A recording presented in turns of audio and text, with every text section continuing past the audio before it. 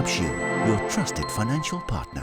shirkadda Dahabshiil Group ee Somtel, Dahabshiil Bank iyo Dahabshiil oo door weyn ka qaadatay munaasabadda bandhigga buugga Hiil Bare ee uu qoray macallin Farxaan Cabdilaahi Maxamed ayaa iibsatay 300 oo buug isla markaasina ugu deeqday maktabadda qaran ee Gabiley, jaamacadda Timcadde iyo dugsiga sare ee Qalax, waxaana madashaasi kaga dhawaaqay Sacad Muuse Cabdi madaxa suuqaynta ee shirkadda Dahabshiil. runtii shirkad ahaan farxad weyn bay noo tahay inaan Farxaan kala soo qayb galno buug aad muhiim u ah ujeedadiisa iyo nuxurku xambaarsay ay runtii aad u weyn tahay.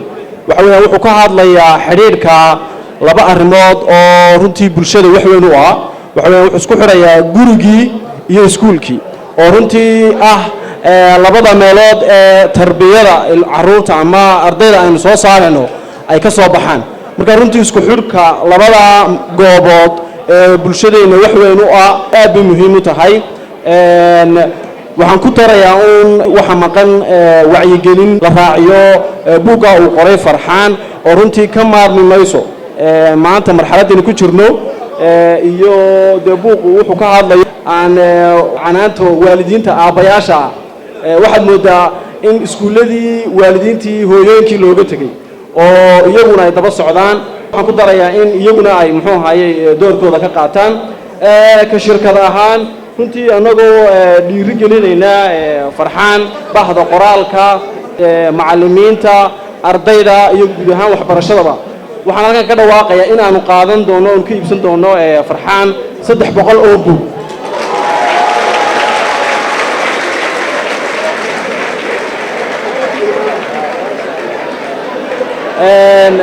reer Gabiley waxaan ugu bushaareynaya mar kale 300 buug ka bixi maayaan Gabiley. isla halkan waxaan ka dhawaaqayaa 300 buug inaanu ugu deeqnay 100 buug library-ga Gabiley. waxaan sidoo kale halkan ku dhawaaqayaa inaan 100 buug u deeqnay iskuulka secondary-ga ee Qalax. sidoo kale waxaanu 100 buug ugu deeqnay jaamacadda Timcadde oo caaw joogno. Dahabshiil oo la jaan qaadaya isbeddelka tiknoolajiyadda kuna fududeynaya hanaanka aad lacag u diri karto waxa uu hadda kuu soo kordhiyay in marka aad lacag dirayso aad ku bixin karto kaarkaaga bangiga dhammaan xarumaha Dahabshiil ee qaaradda Yurub.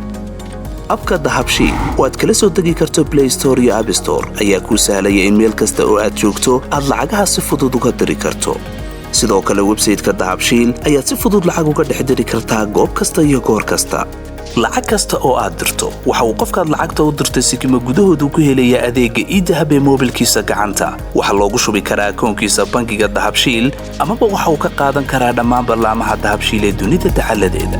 Dahabshiil hawl fudaydiyahaaga maaliyadeed.